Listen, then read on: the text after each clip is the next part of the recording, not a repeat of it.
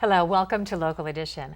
I'm Leslie Leyton. It's been a year now since the state changed the way it houses its inmates, sending some 25,000 prisoners to serve their time at the county level. So, how's it going?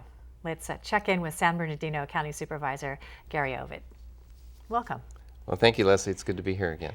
So about 25,000 inmates from throughout the state who would normally be spending time on the state level are spending their time in county jails. Sure. Mainly, the theory is nonviolent, non-sexual offenders. Correct. How's it going? How many does San Bernardino County have?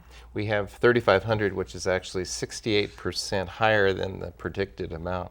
A couple of things very quickly. San Bernardino County, unfortunately, we've had a lot of criminals in the past, and so we have a higher incidence of numbers than some of the other counties based on that. So that's number one. And number two, when you talk about the nonviolent crimes, that's true of their last crime, but many of these we found had a violent crime before that, before this most recent crime that they're serving time for now. So they measure this just on the last conviction, That's not correct. on any other evaluation. Is this inmate violent, for That's instance, correct. a psychological evaluation? Yeah, it's all based on just the most recent crime they've committed. So what effect has it had on the community? Is there any evidence that they're being released early, or other inmates, other jailed inmates are being released into the community that normally would be spending more time because they're in their bed now? Absolutely true. We've had to release a lot more prisoners at an earlier time.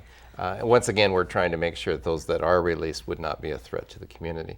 And so, we have only anecdotal information which would say that possibly there are more property crimes committed than that, but we really cannot compare that on a scientific basis because we don't have statistics from a year ago to let us know that that in fact is true. Just anecdotal information. How is the county handling the oversight of this new influx of prisoners?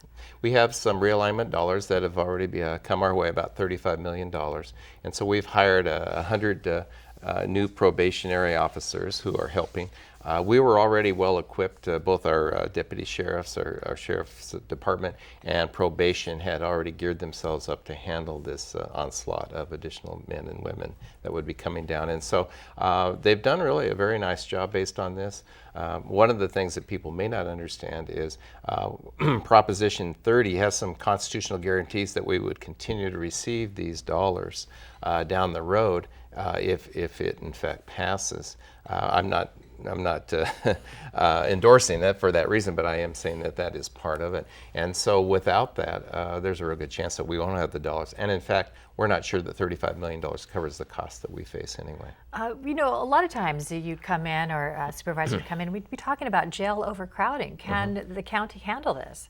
Well, so far we have been able to do that, but once again, when we have to create the space for the individuals who need to be incarcerated, and so that's an issue down the road. In fact, we had some federal prisoners that we didn't release them; we just sent them back to federal prisons that we were housing on their behalf, and made some money in that regard. Now, isn't rehabilitation also part of this plan?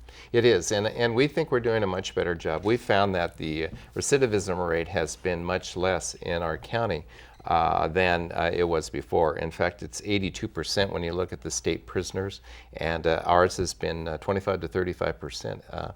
And that's based only on arrest, not based on conviction, because they haven't gone through the processes yet. Thank you very much for all this information, and thank you for joining us.